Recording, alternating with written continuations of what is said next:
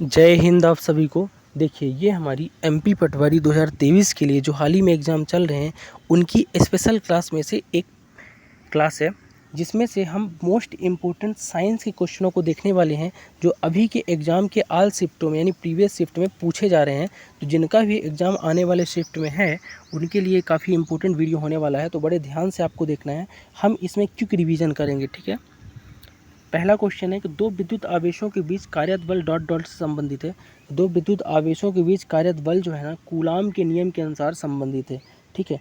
Coulomb का नियम बोलता क्या है कि दो विद्युत आवेशों के बीच जो अंतरक्रिया बल है ना, आवेशों के गुणनफल के समानुपाती और दूरी के व्युत्क्रमानुपाती होता है। कहने का मतलब F प्रोपोर्शनल Q1 Q2 बटे आर स्क्वायर, ठीक है।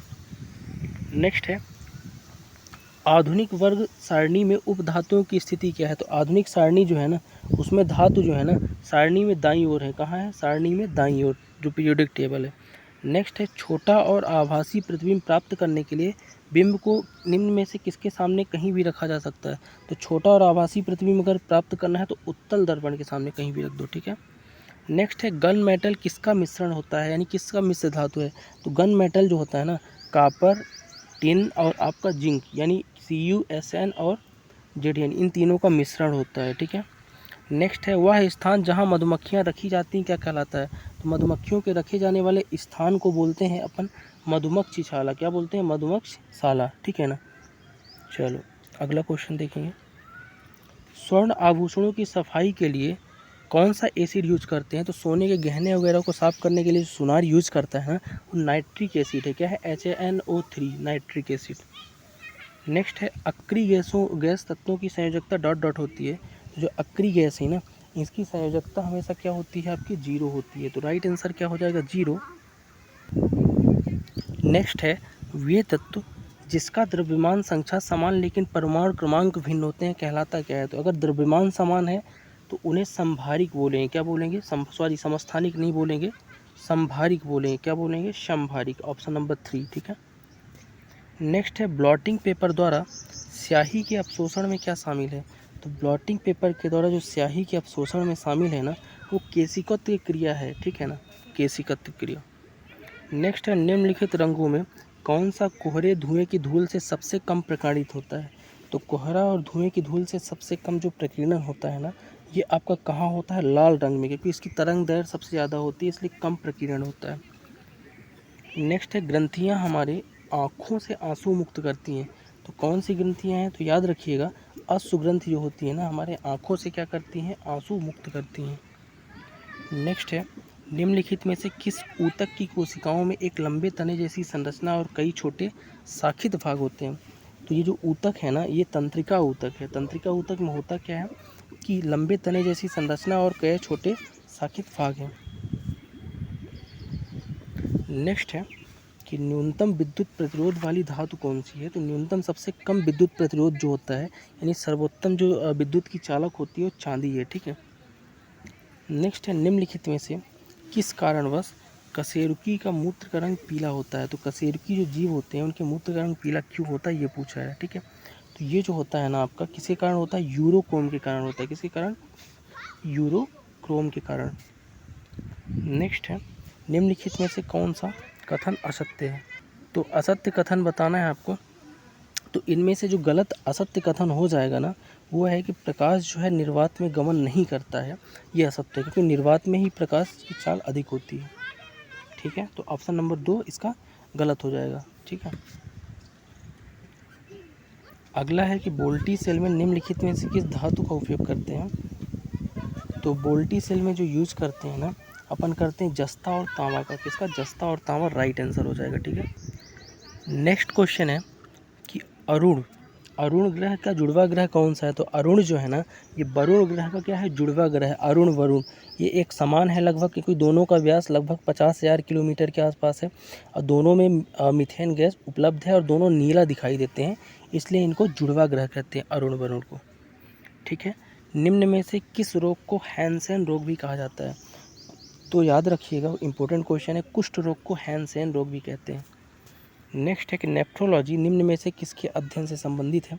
तो नेफ्रोलॉजी जो है ना, आपका एक प्रकार का वृक्क से संबंधित है, यानी कि किडनी जो है ना, वो नेफ्रोलॉजी उसके अध्ययन कहते हैं।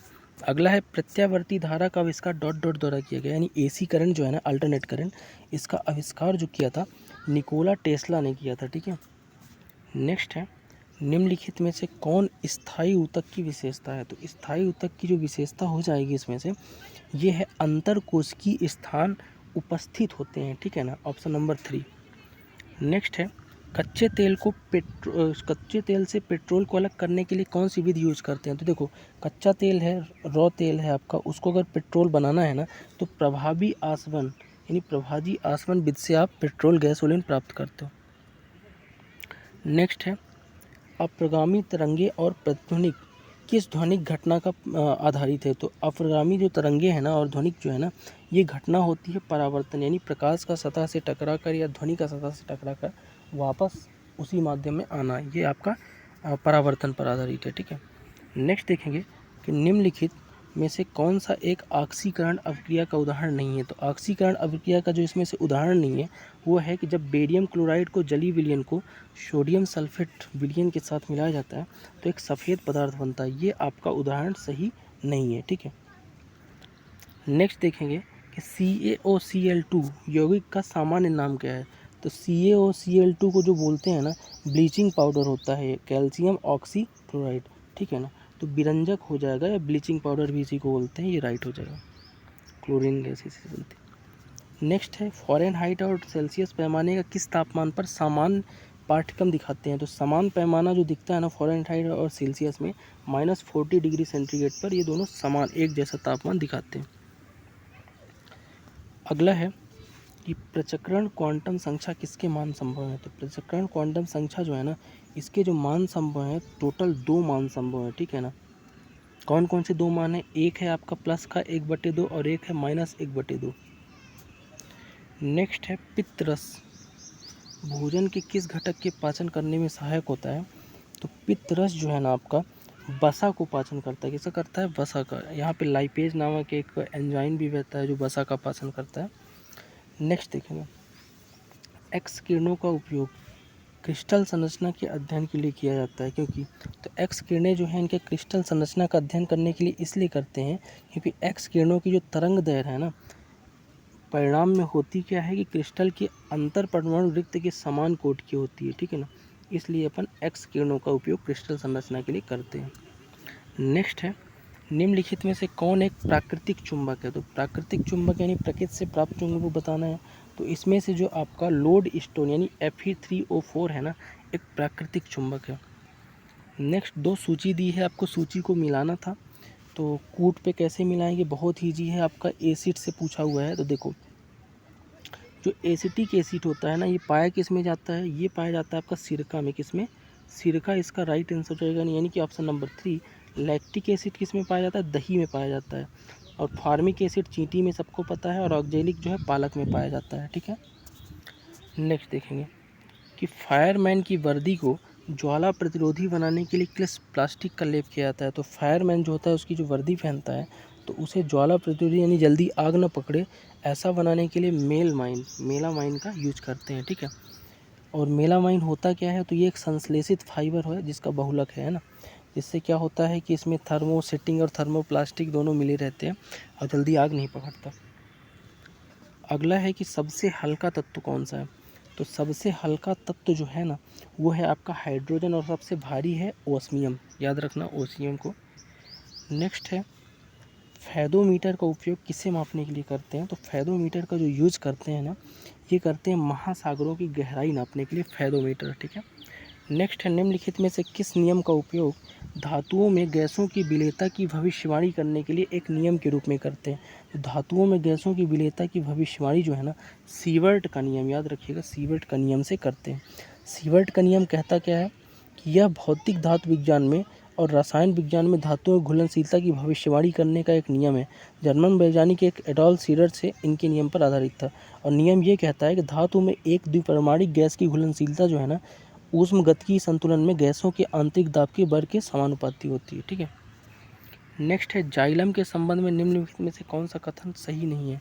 तो जाइलम के संबंध में जो कथन आपका सही इसमें से नहीं है वो बताना है। तो याद रखिएगा कि जाइलम ऊतक एक दिशी रूप से गति करते हैं, ये कथन सही नहीं है, ये गलत हो जाएगा ऑप्शन नंबर 4। बाकी सही है कि जाइलम तंतु बड़े हैं, पौधों में प्रोटीन और mRNA परिसंचरण करते हैं, मृत कोशिकाएं मृत नहीं होती हैं। नेक्स्ट है शहद के व्यावसायिक उत्पादन के लिए मधुमक्खियों का वैज्ञानिक प्रबंधन डॉट के रूप में जाना जाता है। तो शहद का जो उत्पादन है, अगर आप उसको व्यावसायिक तरीके से करना चाहते हो तो उसको मधुमक्खी पालन को बोलते हैं एपीकल्चर। नेक्स्ट है निम्नलिखित में से कौन सा कोशिकांग अर्धपारगम्य होता है? तो अर्धपारगम्य जो है कोशिका झिल्ली होती है। कौन? कोशिका झिल्ली अर्धपारगम्य होती है। नेक्स्ट है निम्नलिखित युग्मों में से कौन सा सुमेलित नहीं है? तो इसमें से जो सही नहीं है युग्म वो आपको बताना है। तो इसमें से जो लास्ट वाला है जलानुवर्ती यानी हीड्रोट्रॉपिक पुष्प से संबंधित आपका नहीं है, यही आपका क्या हो जाएगा? गलत हो जाएगा। ठीक है, आज का लास्ट क्वेश्चन देखेंगे कि निम्न में से कौन जल जनित जीवाणु रोग है? जल जनित यानी जल से होने वाला जीवाणु रोग जो है ना, टाइफाइड और हैजा है, दोनों जीवाणु है और जल से होने वाले रोग हैं। ठीक है, तो ये था आज का पूरा सेगमेंट। आप फीडबैक जरूर दीजिए कमेंट करके, सेगमेंट कैसा लगा। मिलते हैं नेक्स्ट वीडियो में, तब तक के लिए।